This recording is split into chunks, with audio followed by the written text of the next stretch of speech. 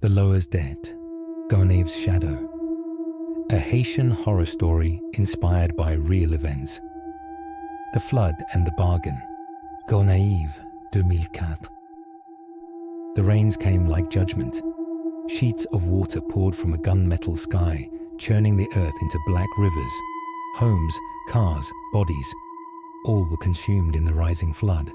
Some clung to tin roofs, others prayed to the heavens. But when the winds howled loudest, not even the gods seemed to hear. In the heart of the storm, Clairvin's Dautier stood barefoot in knee-deep water, arms clutching the lifeless form of his daughter, Mireille. Her small hand dangled limply from his grasp, her eyes glassy and wide with terror. She had drowned trying to save her dog. She was only 7. He did not cry. He screamed, and something heard him. The next morning, as the waters receded and the sun painted gold over ruin, Clairvin stood by a pyre meant for his daughter. But before the first match struck flint, a voice, silken and wet as the mud beneath his feet, whispered from behind, "You don't have to burn her." He turned, a man in white robes, barefoot, skin dusted with soot and bone ash. His eyes were sunken, ageless, inhuman. "I am Frère Cimetière," the man said, "and I bring offers." Clairvin had heard the name whispered in Vodou circles, the brother of the grave, a Bokor said to walk between life and death. He was not a man to seek, but here he was, offering Clairvin the impossible. "I can bring her back," the Bokor said, smiling with too many teeth, "but the Lower do not give without price." Clairvin stared at Mireille's body, pale and still. "What do they want?" Frère Cimetière grinned wider. "Only a promise." He never asked what kind. The return. 3 days after Mireille's death, the air in Gonaïves was thick with decay and grief. Yet from Clairvin's modest home at the edge of the ravaged marshlands came laughter. Children's laughter, a high, sweet giggle that did not belong in a house of mourning. Neighbors paused outside his gate, unease gnawing their stomachs like rats in the walls. The front window was open. Mireille stood there, her small hands clutching a stuffed dog, her eyes bright, too bright, like glass catching flame. She waved, but no one waved back. That night, the whispering began. It started with the animals. Dogs refused to pass Clairvin's home, whimpering and barking at shadows. Chickens laid blood instead of eggs, congealed red yolks that pulsed faintly before turning black. Then came the children. 4 days after Mireille's return, little Giovanna, the neighbor's niece, was found standing naked in the sugarcane fields at midnight. Eyes rolled back, skin smeared in ash, chanting in a language her grandmother swore was Creole, but wrong.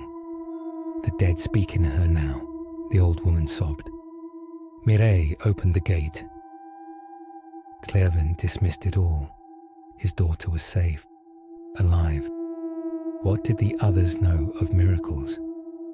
But at night, even he began to hear the scratching, under the floorboards, inside the walls, and sometimes, just before sleep, he swore he saw something crawling just behind Mireille, a shadow where none should fall, a hand that wasn't hers, the unseen debt. A week passed, then another. Mireille no longer slept. She stood motionless at the foot of Clairvin's bed every night, her lips twitching as if in prayer. Her once warm hands grew cold, waxen. Her voice, once lilting, now carried weight, like earth piled on a coffin. One night, she asked him, "Papa, do you still love me?" "Of course, chérie, always." She smiled, but her eyes didn't blink. "Then don't let them take me again." "Who, Mireille?" She turned slowly, staring toward the corner of the room. The shadows writhed. The hungry ones. The ones we owe. He tried to confront Frère Cimetière the next morning, but the Bokor had vanished like a ghost in the wind. Instead, Clervens went to Mumbo Colette, the village priestess, old as time, her bones wrapped in red silk and cowrie shells. He told her everything. She lit black candles and drew Vive signs in cornmeal across her floor. The spirit stirred, drums pounded in the distance, though no one played. Her face blanched. "You asked for her soul," Colette whispered, "but offered none in return. The lower did not grant life. They granted illusion. What walks in your home is not your daughter." Clervens staggered back. "But," she laughs, "she remembers things. She knows me." Some spirits wear flesh like masks, Clervens. The lower have sent a Gedi, a devourer, and now it waits. Waits for what? Colette's voice dropped to a rasp. "For your payment." The hollow girl. By week 4, the air in Gonaïves turned heavy again, not with rain, but dread. Children disappeared. It began with Wilner, the baker's son, last seen walking into the swamp chasing a bird that no one else saw. Then Leah, gone from her bed without a whisper. Then Clervens, gone in broad daylight. 3 children, vanished. And Mireille was radiant, healthy, blooming. She began to sing again, but the lullabies had changed. No one recognized the melodies. They were slow, circular, dissonant, lyrics that bled. One morning, Clervens found a ring of dirt and bone around her bed. The bones were not animal. When he tried to wash them away, the walls bled. Still, he could not send her back. She looked like Mireille. He remembered the softness of her hands, the way she curled into his chest during storms. Could a demon fake that? One night, he made her favorite food, maïkole with pickles, and watched her eat. She chewed slowly, mechanically. When she finished, she looked at him with lifeless calm. "Thank you, Papa." Then she reached into her mouth and pulled out a tooth, still bleeding, still warm. She placed it gently in his palm. "Your turn." The harvest. On the 30th day, the villagers gathered. Pitchforks, machetes, bottles of rum and prayer. They had seen too much, heard the crying of the wind that didn't belong to this world. They had watched the marsh rot, spreading black veins into the heart of Gonaïves. They demanded Clervens bring out the girl. He refused, until Mireille appeared herself, calm as still water. The villagers backed away.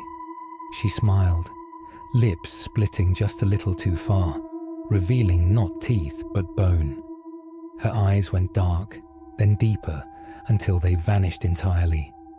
"Papa doesn't understand," she said, voice doubled. "He made a deal. You cannot love what you steal from the dead."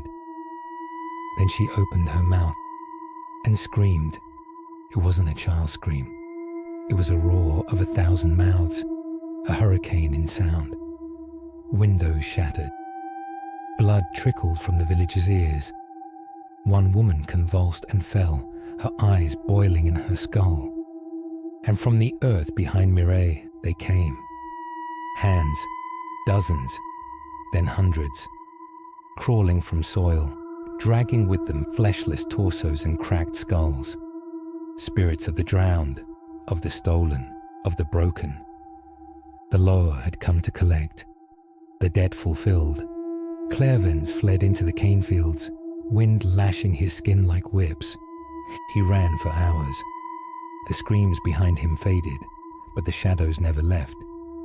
Finally, exhausted, he collapsed near the edge of the old cemetery, the place where Mireille had first been buried. It was quiet. A voice spoke beside him. "Papa." He looked up. Mireille. But this Mireille was pale, dirty, eyes filled with confusion, her dress torn, wet, stained with soil. "Papa, where are we?" He stared. "Mireille." She touched his face. It was her, his daughter. Then who? His breath caught. From behind, something shifted in the wind. He turned and saw Mireille again, smiling, clean, perfect. But her eyes, pitch black. She tilted her head. "You gave your soul, Papa, not hers." Then the air turned cold. His body convulsed, his mouth gaped, but no sound came. And Clervin's Dautier dropped dead. The villagers found his body at dawn, face frozen in a rictus of horror. Nearby, 2 girls stood hand in hand, identical in face, but only one cast a shadow. No one dared speak. The marsh reclaimed the house. And every year on the flood's anniversary, they say you can hear a child laughing in the cane fields. One voice, then 2, then many.